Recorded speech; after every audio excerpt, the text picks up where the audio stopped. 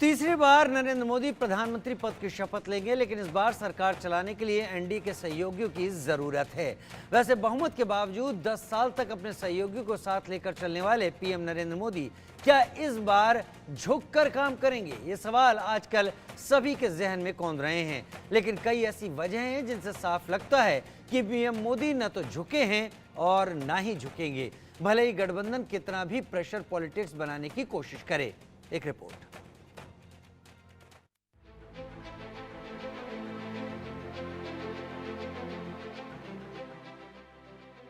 प्रधानमंत्री मोदी का ये दमदार भाषण भले लोकसभा चुनाव की रैलियों का है और यही तेवर प्रधानमंत्री मोदी के चुनाव नतीजों के ऐलान के बाद भी नजर आ रहे हैं।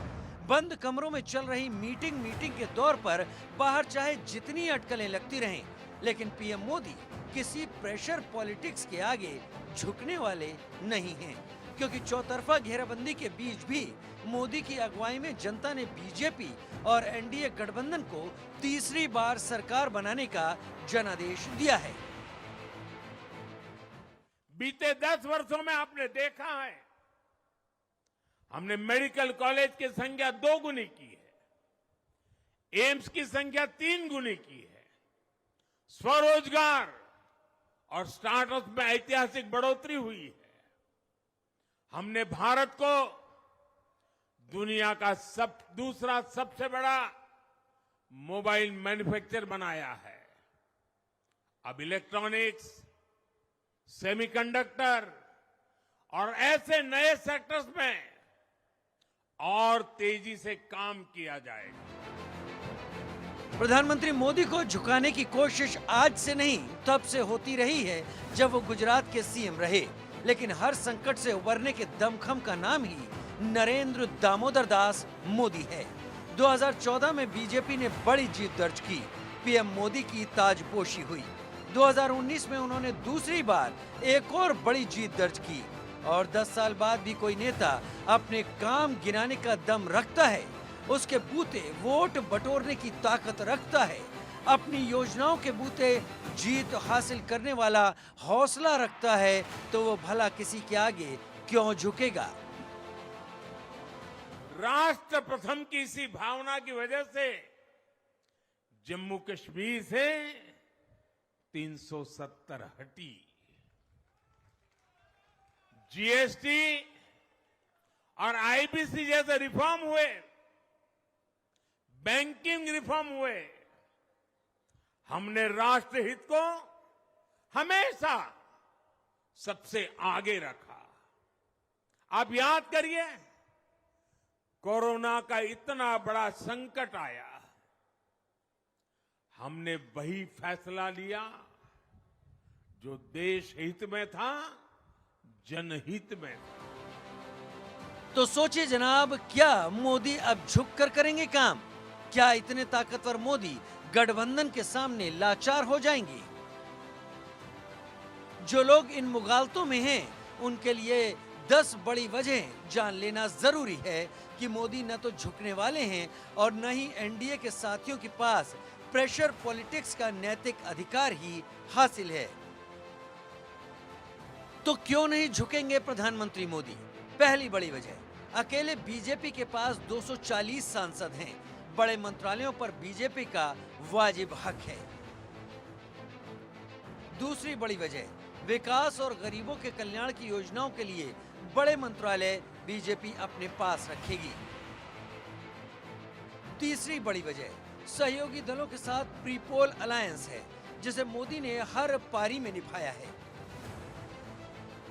चौथी बड़ी वजह, मोदी ने पहले और दूसरे टर्म में बीजेपी को पूर्ण बहुमत के बावजूद सहयोगी दलों को कैबिनेट में रखा। पांचवी बड़ी वजह, तीसरे टर्म में जो दल बीजेपी को ब्लैकमेल करेगा, करार तोड़ेगा, जनता में छवि बिगड़ेगी। छठी बड़ी वजह, मोदी सरकार के 10 साल के कामकाज पर एनडीए को जीत मिली है। सातवीं बड़ी वजह, 1962 के बाद किसी पार्टी या गठबंधन को पहली बार हैट्रिक वाला जनादेश मिला है। आठवीं बड़ी वजह, मोदी आज भी भारत के सबसे लोकप्रिय नेता हैं, उनसे धोखा जनता को कबूल नहीं। 9वीं बड़ी वजह, नंबर गेम में बीजेपी के पास कई और विकल्प हैं, दबाव में वो उन्हें भी आजमा सकती है। 10वीं बड़ी वजह, पीएम मोदी कभी प्रेशर में काम करने वाले राजनेता नहीं रहे, राष्ट्र के लिए कोई समझौता नहीं करेंगे। हमने देश के डिफेंस प्रोडक्शन और एक्सपोर्ट को बढ़ाने का प्रयास किया है। हम तब तक नहीं रुकेंगे जब तक देश का डिफेंस सेक्टर आत्मनिर्भर नहीं बन जाता। एनडीए में बीजेपी सबसे बड़ा दल जरूर है और चुनावों से पहले जो गठबंधन उसने किया है उसके आंकड़े बहुमत से कहीं ज्यादा हैं। इस गठबंधन सरकार में पहली बार टीडीपी और जेडीयू की भूमिका थोड़ी बड़ी जरूर हो गई है। इधर सियासी गलियारों में चर्चाओं का बाजार गर्म है।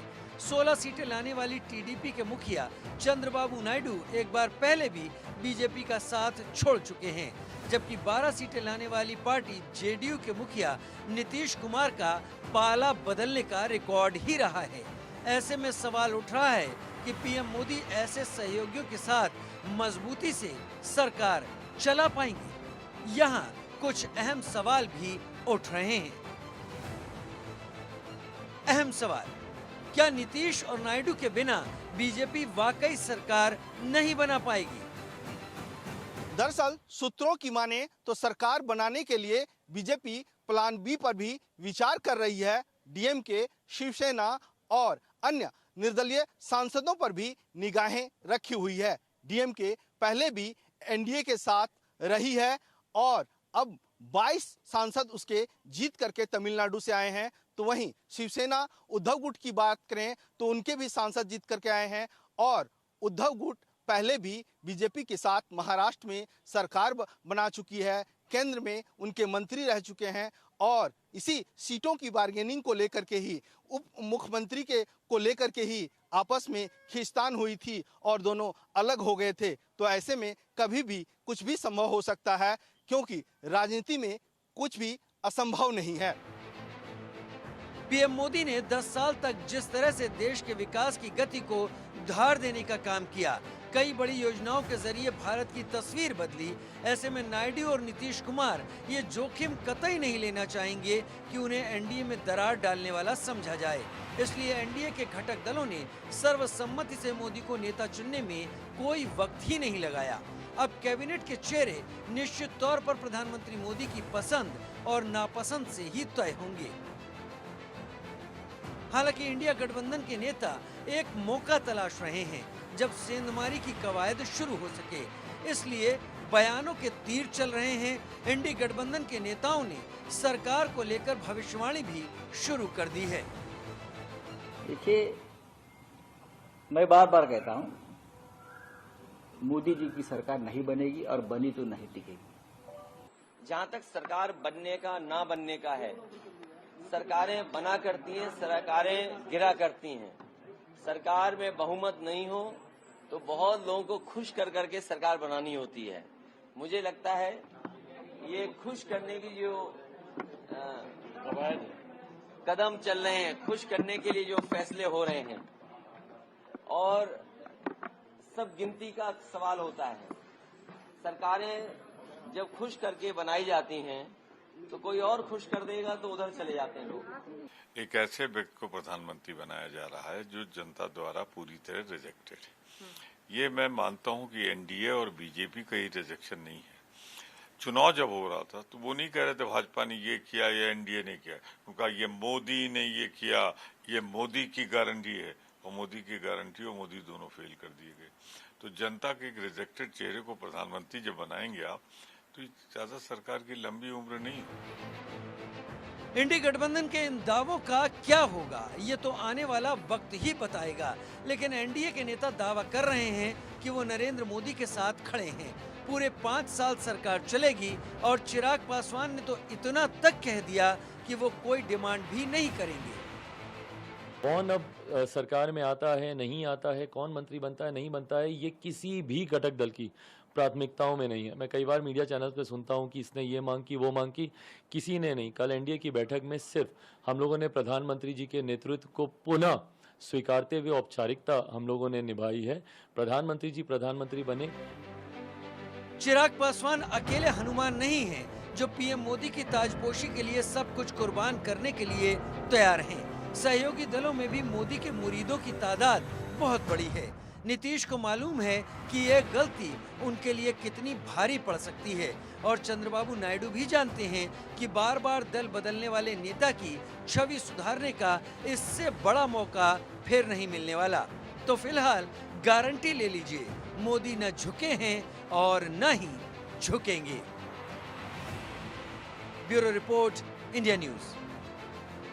सरकार गठन से पहले बेशक एनडीए के घटक दल मंत्रालयों को लेकर के बीजेपी से बार्गेनिंग करने में जुटे हों, लेकिन टॉप सूत्रों की माने तो बीजेपी इनके सामने झुकने वाली नहीं है, क्योंकि प्रधानमंत्री नरेंद्र मोदी राजनीतिक दबाव पर विश्वास नहीं रखते और उनके काम करने का अंदाज भी निराला है।